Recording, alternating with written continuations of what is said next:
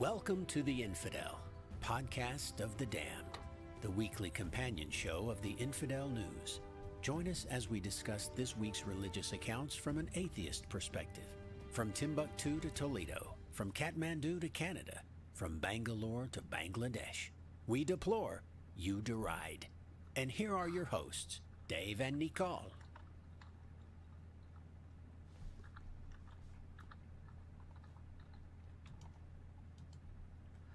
Well, hello, folks. We're on live for our first episode. Hello, and welcome to show number 1 of the Infidel podcast of the damned. I'm your host, J. David Core, atheist author and aardvark aficionado, and with me is co-host Nicole Samard. Hello, Nicole. Hi, how's it going, Dave? Good. Also joining us today is one of our show writers, Chancer. Hello, Chancer. How you doing, Dave? How's it going, Good. Nicole? Good to be here. Good to have you. Today is September 10th, 2014, and we're going to be discussing the upcoming episodes of the Infidel News, which will run beginning Friday, September 12th, 2014. I have a little bit of personal news, if you don't mind me sharing that with everybody. Sure. Go ahead. As some of you may know, I'm a writer, and I publish my stuff through Kindle and some of the other online, Barnes & Noble, Kobo. My stuff is available all over online. And today, my book, Fair Play, which is a mystery featuring my atheist detective, Lupa Schwartz, is available for free for 3 days, today, tomorrow, and Friday, through KDP Select. And it's currently number 340 overall on Amazon, and number 5 in the private investigator category. Whoa, very good news. Yep. Fantastic. Thank you. Very exciting. Indeed.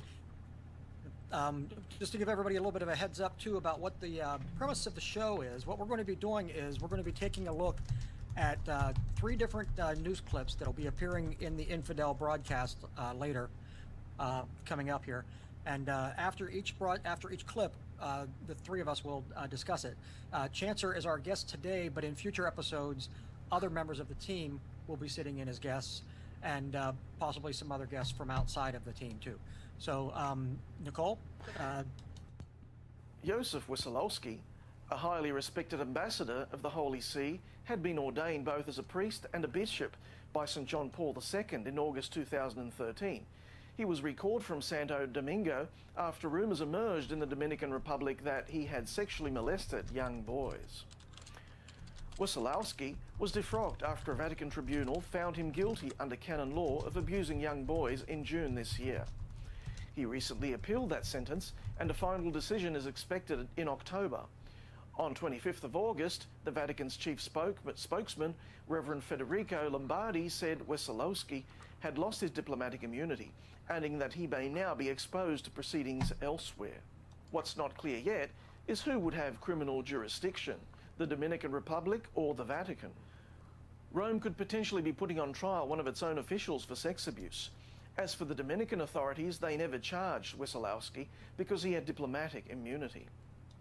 Francisco Dominguez Brito, the Dominican Republic's Attorney General, issued a statement saying, "At this time, extradition is an option. It is clear that since this man no longer has immunity, this can help us on the question of extradition so that he can come here and face justice."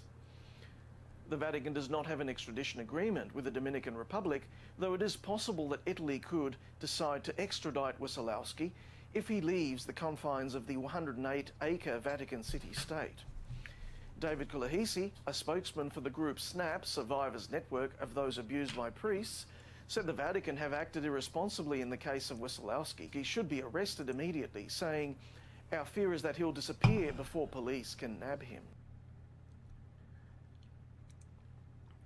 Okay, so we're back on. Okay. Yeah, the idea behind that story, the thing that I thought was interesting in that story in particular was that the Vatican sort of admits that he was abusing children, and they've stripped him of his diplomatic immunity, but they're sheltering him anyway, which is sort of the same situation as with the first, as with Pope Benedict. When he was when he decided to leave, he's almost refusing to leave the Vatican, because as long as he's there, nobody can do anything about it. If he left, he opens himself to prosecution for some of the defenses that he did shielding child molesters. So the whole issue with the child molesters and the Vatican and stripping him of diplomatic immunity almost seems as if it was just something that they did for show. Yeah, it does seem that way. I mean, he's still wandering around the Vatican city-state, and he's basically, it is just that the diplomatic immunity is still in place because he can't be, he's not being forcibly removed from there, so the Italian police can apprehend him. It's the Vatican flip-flopping yet again, you know, protecting its own, even though it's trying to show a face of being progressive and under canon law. Yeah, but what's really canon law these days, you know? It's not prosecuting a criminal. Right. I was reminded of a story. I don't know if you guys are familiar with the story or not, because I'm in the United States. Nicole is in Canada, and Chancer is in Ireland.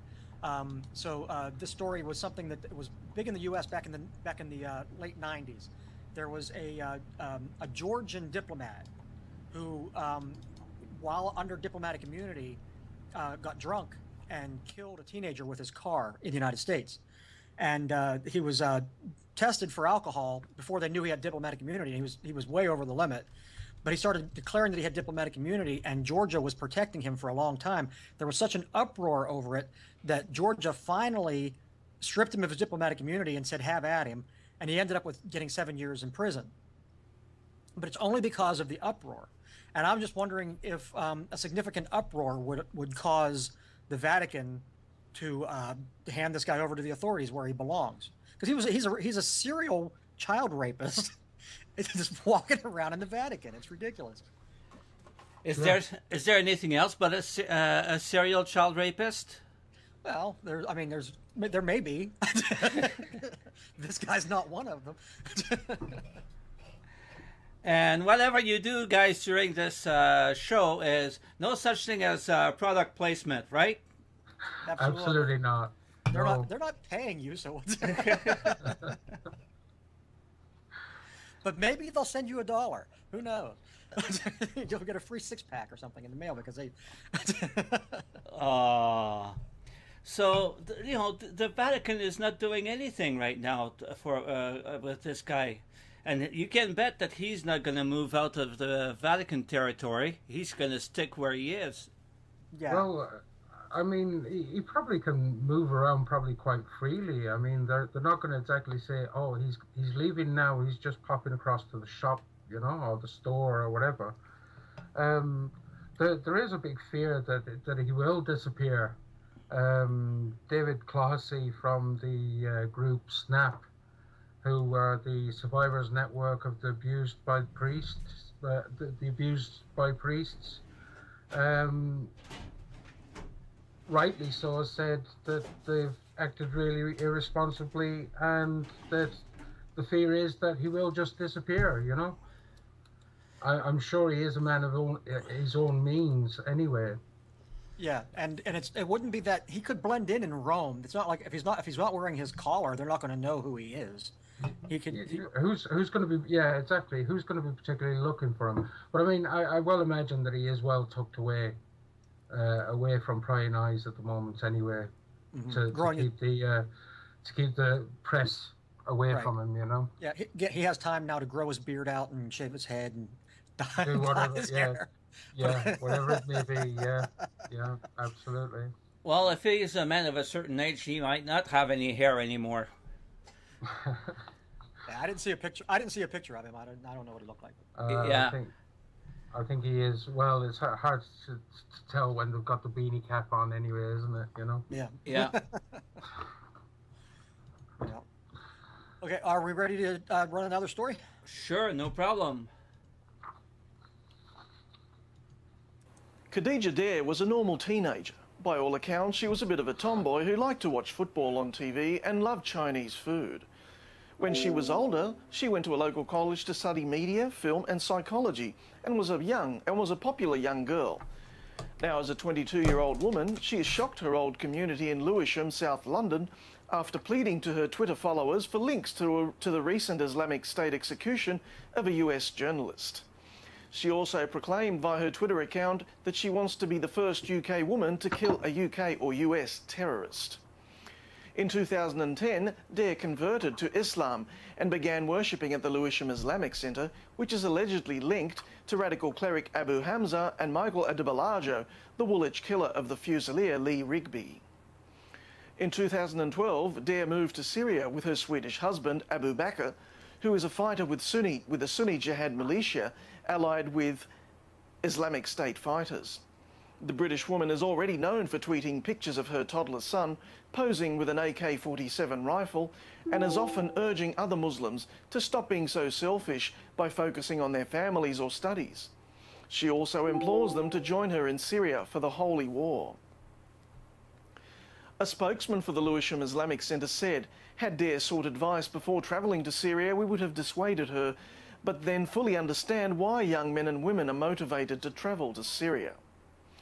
When representatives of the centre were asked if it condemned the tweet, the mosque said it was outraged at being asked in the first place, describing these inquiries as loaded with Islamophobic assumption that Muslims by default condone such brutality. Of course, this indignation was not followed by a condemnation. So they don't condemn the woman, but they don't condone, violence. So right. But that's not. I mean, even I don't think it's really fair to even ask them to condemn her necessarily, because you wouldn't ask the press would not ask a Christian church to condemn an abortion bomber automatically. They, the church may well do it, but nobody would ask them. Nobody would say to them, "You haven't condemned her, therefore you must support it." So in a sense, it's unfair for them to ask it. And once you're put on that spot, saying that you condemn it just doesn't have any particular meaning anyway. When somebody says to you, "Do you condemn it?" you say, "Well, yeah, we condemn it." It doesn't mean anything. So I mean, but one of the reasons I picked this story was because I wanted to hear Mr. East say all those names.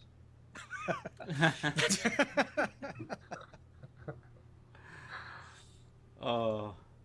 I always feel bad when we're writing these stories, sending them all those names. I always feel like I should find how to pronounce them and do like a pronunciation key. Except that you need to know the language to be able to do it properly. But it is. I do too. I sometimes wonder whether I should actually phonetically spell them out just to help out the readers, because I don't envy them their job at all. But yeah, it's the thing that I sort of wanted to say about this story was any sort of horrible violent act. I don't know, maybe you have a point about them being not fair being asked or whatever, but out of common human decency, there shouldn't be this, "Oh, how dare you," sort of ask us. It should be just a more of a natural thing on their mind to actually say, "Yeah, it's a horrible thing." I mean, it's just a horrible thing.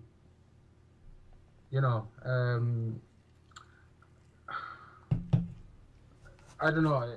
It seems a natural thing for me to just say, "Yeah, someone getting their head cut off is, pretty horrible." Right. The thing is, in a lot of cases, I don't know how it is over in Ireland or in Canada, but in the United States, a lot of times, the far right wingers, the Islamophobes, will say they never condemn this, even though there has been a very public condemnation just issued, and then right after that, you'll hear them say, "But they never condemn this," but they do condemn it, and they probably condemn it more frequently than what we hear, and we don't know what's being said in their communities amongst themselves. They may be cheering it, they may be condemning it. If anybody recalls, right after 9/11, there was a reporter in, I think it might have been Afghanistan, taking video in a village that showed people cheering, but that video made it all over the internet, and it was like, oh, look at them cheering this happening, and it was jihadi types celebrating what happened at the Twin Towers. But at the same time, there were people in that same village that didn't come out of their house and were scared of the repercussions, and not everybody's a radical. And so when we hype the fact that they didn't condemn it, it almost makes it sound like we're saying, and they're all like that. I did once bring up. I mean, I was reading articles. The unfortunate killing of the other U.S. journalist, Stephen Sotloff, and there are various channels out there with not as radical imams taking a stance, but it never seems to be that they actually condemn the people that don't condemn them. Like should be the people, you would think, within that religion that should be saying, no, this is just out of order. This is just completely wrong. But they don't seem to be, hand slapping each other. Do you know what I mean? Right. But if you got the script for what we're reading for the next story. The next story is exactly about that, though. Do you want to go ahead and run the next story, Nicole, since they kind of relate? Well, before we go on to the next story, I just wanted to tell people who are listening that I have a surprise for them next week on the same topic, and it involves France, regarding condemnation or no condemnation of actions. So prepare yourselves, guys. Next week there will be something interesting on that topic. And now on to the third story. A recent New York Times article written by Kimiko de Freitas Tamura exploded the issue of radical Islam in England as British authorities have redoubled an appeal to moderate Muslims to focus their efforts on intervention for those youths at risk of being radicalised. The government speculates that due to the nation's involvement in the Iraq War, upwards of 500 young Muslim Brits have gone to fight with radical groups like IS in Syria and Iraq. The government is also monitoring social media in an effort to preempt radicalisation. A spokesperson for the religious extremism research organisation, the Quilliam Foundation, and former member of the government's counter-extremism task force, Haras Rafiq, said you don't go online looking to buy a pair of shoes and suddenly end up becoming a jihadi. The article makes particular note of the fact that radical imams often go unchallenged by the more moderate clerics, and that the tactics used to persuade disaffected young men to take up jihad are subtle and carefully passed. Noting that they are carefully watching mosques of particular concern, Greater Manchester Police Chief Constable Peter Fay said of the radical imams, these people are not stupid and are pretty careful in terms of the way they stay just on the right side of the line. And so they're staying on the right side of the line.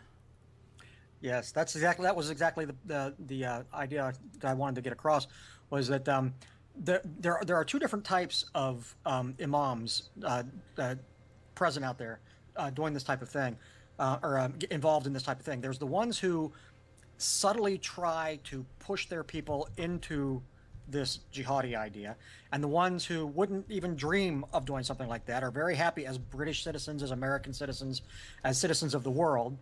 And it's being put all on their shoulders to try and find in advance what's going on. But they're not the ones who the radicals are talking to. The radicals are talking to the ones who do the wink, wink, nudge, nudge.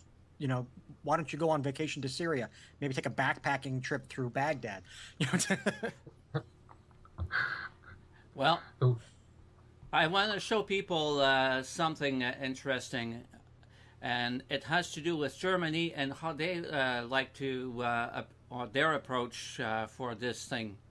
So hold on for a second. And as you'll see, Germany, they want to train people. They want to train their own imams, and so that they don't end up importing people from the Orient that might have, more radical views. So if anybody wants to be able to read that story later on, I will put the link in the description for the show once it's on live. Yeah, that's good. And I think that the weird thing about this is that in the United States, we don't really have as big a problem. There was the American Taliban who was Walker Lind or whatever his name was, that went over and fought with the Taliban in Afghanistan. But for the most part, the people who are becoming Muslims and fighting against the English or fighting against doing jihad that aren't Arab raised or Arab born are English people. There was in that other story that in the research for that story that I just read, or that was just read, that I wrote, that's an article that I wrote. In the research for it, there was another case of a Brit, a young man who went over and joined ISIL to fight, and his friends had no idea. Just like that girl in the story preceding it, nobody understood that she would do that. Nobody thought that she would ever do that, and she did it. That happens. It seems to happen more in Europe than it does in the United States. And in the United States right now, there's this crazy theory coming from the right that they're actually parroting on all the right-wing news agencies that ISIL is 8 miles from El Paso, Texas. And the government is denying it, which I can't understand why they even continue to think that this is going on. Why would the government deny it if it was true? That'd be something they would be saying. Yeah, they're there. We're going to take care of them. It wouldn't take them 10 minutes. But people are panicked that ISIL is 8 miles from El Paso, and they're going to do something on 9/11. It's crazy. I saw one of those memes today with Ned Stark from Game of Thrones. Beware, 9/11 conspiracies are coming, because it's that time. Everybody's just all worked up right now. Tomorrow is supposed to be. We'll see tomorrow if nothing happens. Well, that's one thing that people outside of Canada didn't know, is that when there was the arrest of those Muslims who wanted to bomb the train between Toronto and New York, you must have heard about that in your news. But the thing is, they had been given away by somebody who went to the same mosque and who had heard them speak about it. Right. That kind of thing is hard to keep quiet. If you're there's so much planning involved. Anything like that is always difficult. Go ahead. Yeah. There is, not all of them are so radical. Yeah, you have to admit, but there is obviously in England. I mean, with Abu Hamza, I think he was for sentencing yesterday, but I didn't hear anything about that. These radical imams that are just whispering in their ears, young impressionable minds, full of fervor, and whispering. Sometimes only a whisper is needed for some of these things to have them backpacking across Syria for the summer. Right. Yeah, but you being an Irishman, you've lived with that kind of double standards or double way of people living. With some Christians who were extremists and some Christians who were just plain regular folks. Yeah, well, still to this day, I mean, there's bad feeling in the country, and of course our serious history of well, obviously terrorism and stuff like that in this country. Well, it depends on which side you say it was the terrorists. That's the other thing. So today's one man's freedom fighter is tomorrow is yesterday's terrorist. Right. So depends on who wins. History's written by the victor. History is written by the victor. Certainly. Wasn't Napoleon the one who said that? Could have been. Didn't he also say an army marches on its stomach? And certainly ISIS is some army and well equipped and well financed. And getting recruits, I think there was 500 young Muslims estimated to be gone over. And that's only the estimate. That's serious. I think am I back? Yes, you are. Okay. Skype dropped me for a second, and then it brought me back. So I missed part of that. I missed part of the conversation. So. Well, and I just tried to Google, that history is written by the victors, and there's nobody for sure. Nobody knows who's actually said it. A loser. Perhaps. Exactly. Well, we're moving along quite fast today, faster than what we expected. Yes. And I'd like to finish with, unless you guys have something else to do on the topic, I'd like to finish with a teaser for this week's Christian Glitches. Yes, go ahead. Right ahead. It's going to be a really interesting teaser.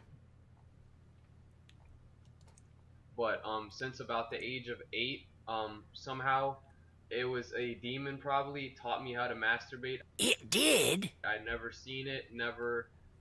It's like I just knew how to do it. You did. So we're going to talk about masturbation.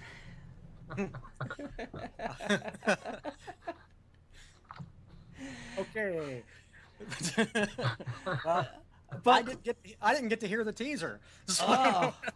Yeah. The thing is, to me, it's a sad part about Christian education is that they tell children that masturbation is something that's being pushed on them by a demon, and that's what my teaser is about. You've got a teenager who's saying that he started masturbating at age 8, and he didn't know how to do it. It was taught to him probably by a demon. And to me, it shows exactly why religion is bad. Well, it's a demon named Rosie.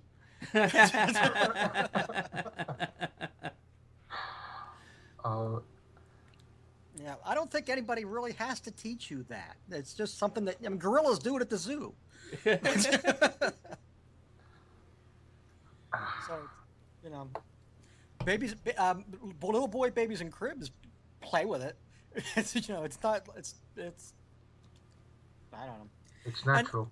Yes, and a thing about masturbation, just on that topic in general, and the way society looks at it. It used to be that people thought that only men masturbated, and that women never masturbated. And now, today, and it was always shameful for the men. Today, women who aren't religious and aren't cloistered are out and about the fact that they masturbate, and they still shame men for it. You know what I mean? It's still considered something that when men do it, it's but women do it proudly now. They sell vibrators and talk about their vibrator and have parties to buy vibrators and the whole enchilada, yeah, and a fleshlight is blood. Oh well. Isn't masturbate or prayer like masturbation? It only satisfies the self. Uh-huh.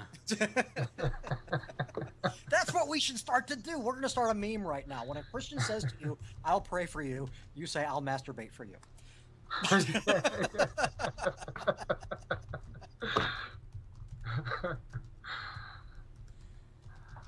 Okay, and Awesome. that's it. Okay. Alrighty. Well, Fantastic. that's all for today. Please make sure that you subscribe to the Atheism TV channel. There you can watch the Infidel News for the Damned, where our talented team of writers and anchors present these and other stories not normally covered in the media. In the coming week, the Infidel will rerun today's stories and many more fascinating ones. You'll find Atheism TV at youtube.com/atheismtv.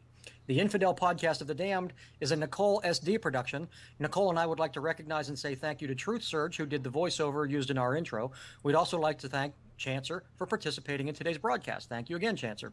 Thanks. Nice to be here. Nicole's channel is Nicole SD and can be found at youtube.com/NICOLSD. I'm Gamut Man on YouTube, at Gamut Man on Twitter, and my blog and information on my books, including my nonfiction title, Believe It, You Know an Atheist, as well as my mystery novels featuring the atheistic detective Lupa Schwartz, can be accessed at tinyurl.com/lupalanding. While there, you can sign up to receive my newsletter. Signing up also entitles you to choose one free ebook title from my collection of 99-cent novellas. Thank you for watching, and we'll see you next week.